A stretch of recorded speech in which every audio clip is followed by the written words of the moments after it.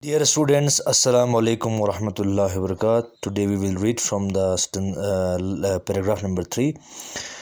We would start laughing and Abi would admonish us yet again for sending Rukhsana to Srinagar. फिर हम ऐसी बातों पर जब हंसते थे तो अभी हमें डांटती थी, एडमोनिश करती थी, हमें डांटती थी कि तुम लोगों ने रुखसाना को क्यों श्रीनगर भेजा था. When she expressed her helplessness, we comforted her, saying that Srinagar is a mountain resort that it's called paradise on earth and it's called. And every year, thousands of tourists visit Kashmir to explore it. फिर हम जब अपी अपने आप को बेयार और मददगार पाती, यानी हर कोई उस पर हंसता हुआ देखता, तो हम उसको हौसला देते और कहते कि श्रीनगर एक खूबसूरत पहाड़ी इलाका है जिसको दुनिया की जन्नत कहा जाता है. हज़ारों सयाह हर साल कश्मीर को देखने आते हैं. We tried to make her understand that Rukhsana was in Srinagar not out of some desperation but for get further education and seek a better life. फिर हम बूढ़ी को ये भी समझाते थे कि अपी रुखसाना मजबूरी में वहाँ नहीं गई है, बल्कि अपने मुस्तकबिल को बनाने के लिए पढ़ाई की खातिर वहाँ गई है. When we promised that next spring we would take her to Srinagar to Abi fell silent. फिर हमने उससे वादा किया कि अगले साल हम आपको मौसम बहार में श्रीनगर लेके जाएंगे, तो वो खामोश रह गई. If we had brought up the subject of her visiting Srinagar before Rukhsana left, she would have risen in anger and pursed her mouth, declaring, "I won't leave my children and grandchildren to go anywhere." Rukhsana के श्रीनगर जाने से पहले जब भी हम कहते थे कि अपी आप श्रीनगर जाओगी, तो वो गुस्से से कहती थी, नहीं मैं कहीं भी जाने वाली नहीं हूँ, अपने पोती पोतियों को छोड़ के मैं कहीं नहीं जाऊँगी. लेकिन अब की बार वो खामोश बैठी. क्यों बैठी? क्योंकि उसकी एक पोती श्रीनगर में थी, तो वो श्रीनगर में उससे मिलने की खातिर चुपचाप बैठी हुआ. करना वो श्रीनगर की बात करते ही गुस्से में कहती थी कि मैं कहीं जाने वाली नहीं हूँ. Srinagar aside, our Abi had not even ventured beyond a distance of 10 miles from our village. 2 years ago, after a gap of 8 years, she had made it to Leh town for annual Dasmoche festival held every enter to purge the town of the evil. प्यारे बच्चों, मुसन्निफ ये कहता है कि हमारी अपी श्रीनगर जाना तो छोड़ो, उसने अपने घर से अपने गांव से 10 मील दूर तक का सफ़र नहीं किया था. हाँ, 2 साल पहले 8 साल बाद, यानी 2 साल पहले उसने एक सफ़र किया था लेह का. वो सफ़र भी कितने सालों बाद किया उसने? 8 साल तक वो कहीं नहीं गई थी. तो फिर 8 साल के बाद उसने एक सफ़र किया, और उस सफ़र को किए हुए उसको अब 2 साल गए हैं. उसने लेह गई थी, लेह टाउन गई थी दसमोचे फेस्टिवल के खातिर, जहाँ वो फेस्टिवल मनाते हैं.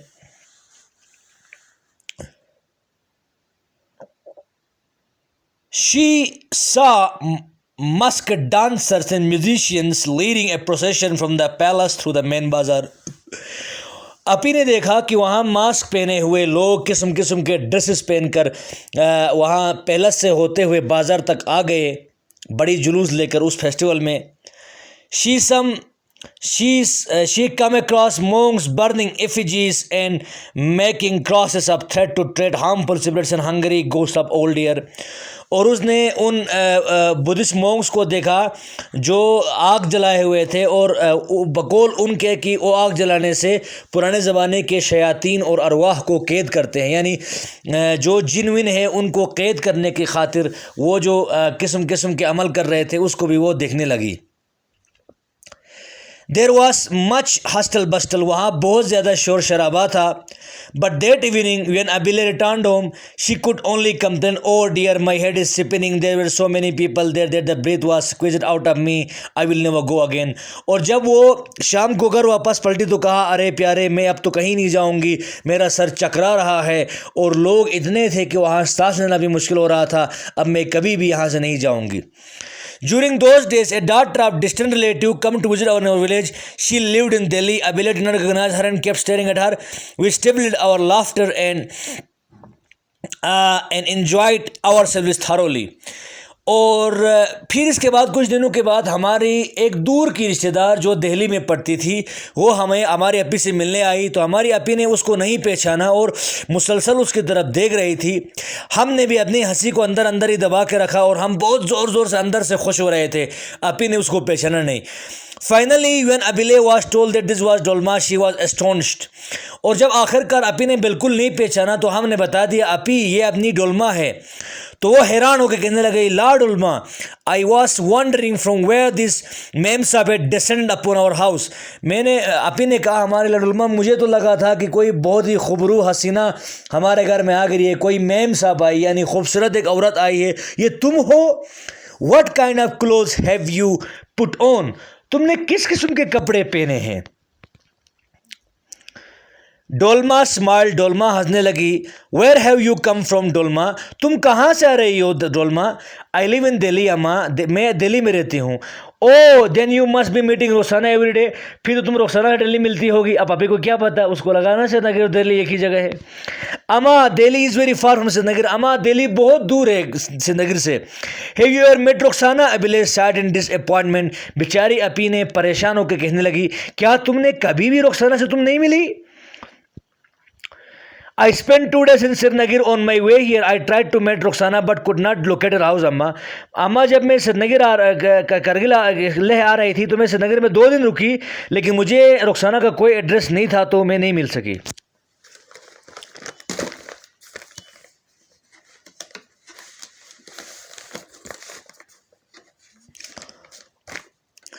Oh, what you have done? Abile was baffled. You were in Srinagar and could not find the house of my granddaughter. तुम क्या बोल रही हो? तुम श्रीनगर में रही और मेरी पोती का घर तुम्हें मालूम नहीं हो गया? It's a big city, my sister-in-law interrupted. It is a population of 5 to 6 lakhs. Abile, how will people know where someone lives unless they have the complete address. फिर हमारी भाभी ने कहा, अभी तुम क्या बोल रहे हो, वहाँ 6 से 7 लाख लोग रहते हैं और इतना बड़ा शहर है, हज़ारों घर है, तो वहाँ किसी का एड्रेस पता करना कोई मामूली बात नहीं है। Everyone says the same thing. Abile soon become serious in her eyes filled with tears. हर किसी ने जब यही बात कहा तो अबिले की आंखों से आंसू टपकने लगे। I remember another funny episode reading my Abi regarding my Abi. हमारे अबी से मुताल्लिक मुझे कोई दूसरा भी किस्सा याद है। I was very young those days, my uncle sometimes come to village to hunt. मैं उन दिनों की बात है जब मैं जवान बच्चा हुआ करता था। हमारा चचा शहर से गाँव आता था शिकार करने के खातिर। Once my uncle return to the town but left his double barrelled gun behind. एक मरतबा हमारा चाचा अपना गन छोड़ के चले गए थे। अगू had kept his gun in the kitchen where a big battalion of children of various relatives and in-laws often gathered। और हमारे चचा ने अपना बंदूक जो है किचन में रखा था, जहाँ बच्चों का एक बड़ा टोला, दूर के रिश्तेदार, नज़दीक के रिश्तेदार और आपस में भाई बहनों का एक समूह हमेशा वहाँ रहा करता था। And all day to make sure no child touched the gun, convinced it that as soon as it was touched, the bullet would explode instantly and everyone would die। हमारे अपी को ये लगता था कि जो ही गन में हाथ लगाते ही गोलियां निकलेगी और सारे बच्चे मर जाएंगे। अपी को तो लगता था कि गन पे हाथ लगाते ही बुलेट फायर होगी। इसीलिए क्या किया, she would have locked the door if it had been any other room, but how could she close up the kitchen? अगर कोई दूसरा कमरा होता तो वो उसको लॉक भी लगा देती, लेकिन अब किचन में लॉक लगाना तो मुमकिन नहीं था। When Abba and Agu returned to the village on the third day and heard about the situation, they rolled on the floor with laughter। और जब चचा और बाबा जब शाम को घर आए और उनको ये बात हमने बता दिया कि अपी ने आज हमको गन में टच करने भी नहीं दिया, तो वो इतना हंसे, वो फ्लोर पर, फर्श पर वो क्या कहते हैं बेटा, रोल करने लगे हंस हंस के। उनका बुरा हाल हो रहा था, उनको बहुत हंसी आ रही थी अपी का ये अमल देखकर। I must confess that I take advantage of Abile simplicity.